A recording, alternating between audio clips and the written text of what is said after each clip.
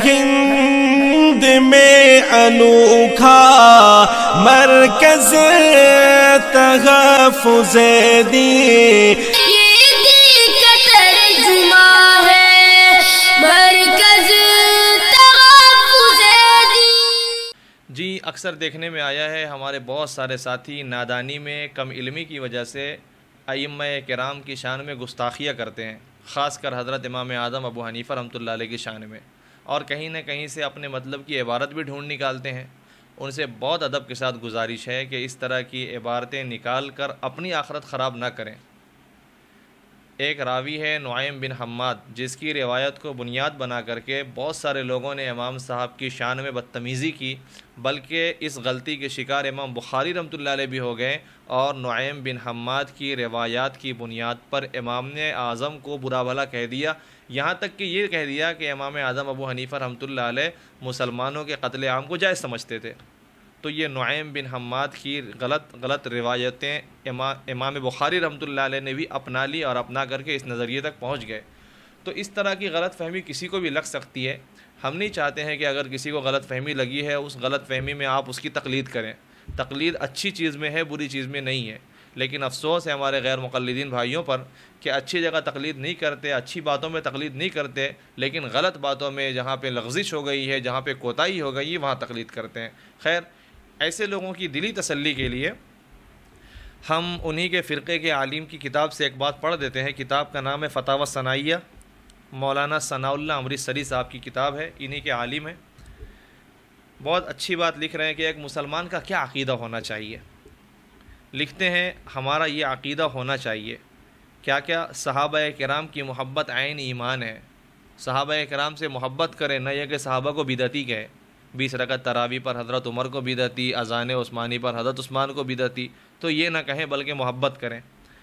خصوصاً خلفائے اربعہ میں سے کسی سے بغض رکھنا، اولیاء اللہ سے دشمنی رکھنا، اولیاء اللہ سے دوستی رکھنا ایمان ہے، اور ان کی دشمنی خدا کی دشمنی ہے۔ اولیاء اللہ کی دشمنی خدا کی دشمنی ہے۔ اولیاء اللہ کی کرامتیں برحق ہیں۔ یہ فضائل اعمال میں جتنے سارے واقعات ہوتے ہیں کشف و کرامات کے، برحق ہیں، ان پر اعتراض نہ کیے جائیں بلکہ ان کو تسلیم کیے جائیں۔ نہ سمجھ میں آتا ہے تو الگ چیز ہے، نہ سمجھیں، ہر چیز کا سمجھنا ضروری نہیں ہے، لیکن جو چیز سمجھ میں نہ آئے اس پر اعتراض کرنا غلط بات ہے۔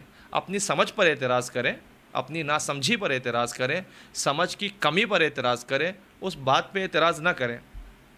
خیر، اولیاء اللہ کی کرامتیں برحق ہے، اولیاء اللہ کا ادب اور عزت کرنی چاہیے۔ آگے لکھتے ہیں اماموں اور مجتہدوں اور محدثین کی توہین کرنا، انہیں برا بھلا کہنا، ان سے بغض رکھنا، دشمنی رکھنا مسلمان کا کام نہیں۔ دشمنی رکھنا، بغض رکھنا مسلمان کا کام نہیں۔ آگے کیا لکھتے ہیں سنیں۔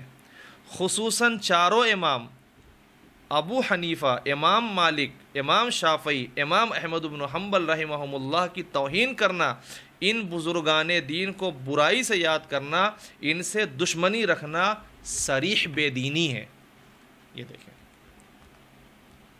صریح بے دینی ہے۔ ان بزرگان دین کا دشمنی، ادب بے ادبی کے ساتھ نام لینا، ان سے دشمنی رکھنا، ان کی توہین کرنا صریح بے دینی ہے، یعنی ایسے شخص کا دین سے کوئی تعلق نہیں ہے۔ اس لیے گزارش ہے کہ اپنی آخرت خراب کرنے سے بچیں، خواہ مخواہ کے لیے ایسی باتیں نہ نقل کریں، ایسی باتوں پر اعتماد نہ کریں۔ نعیم بن حماد جس راوی کا ذکر ہم نے شروع میں کیا، مورخین نے ان کے حالات کو ریکارڈ کیا ہے اور بتایا ہے کہ نعیم بن حماد جو امام اعظم ابو حنیفہ رحمۃ اللہ علیہ کی دشمنی میں آگے تھا، اتنا آگے تھا کہ امام صاحب کی دشمنی میں روایتیں گھڑتا تھا۔ اس کا انجام یہ ہوا، اللہ رب العزت نے ایسی موت نصیب کی کہ زمین نے اس آدمی کو قبول نہیں کیا، اس کو بادشاہ وقت نے ایک جگہ ڈھکیل دیا تھا، وہی مر گیا، وہی پڑا رہ گیا۔ مورخین نے اس بات کو نقل کیا ہے، اس لیے اپنی آخرت خراب کرنے سے بچیں۔ تذکرہ داؤد غزنوی میں مولانا داؤد غزنوی صاحب اہل حدیث فرقے کے عالم ہیں، انہوں نے لکھی ہے، انہی کے ایریا کا مولوی صاحب جو امام صاحب کی شان میں بدتمیزی کیا، انہوں نے فوراً کہا یہ آدمی مرتد ہو جائے گا، اور کچھ دنوں کے بعد ایسے ہی ہوا، مرتد ہو کے مرا۔ اس لیے اپنی آخرت خراب نہ کریں۔ آپ اہل حدیث رہنا ہے، اہل حدیث رہو، اہل قرآن نہ ہو، اہل جنت نام رکھ کے رہو، لیکن اس طرح کی بدتمیزی کر کے اپنی آخرت خراب بالکل نہ کرو. اللہ پاک کہنے سننے سے زیادہ صحیح سمجھ نصیب فرمائے.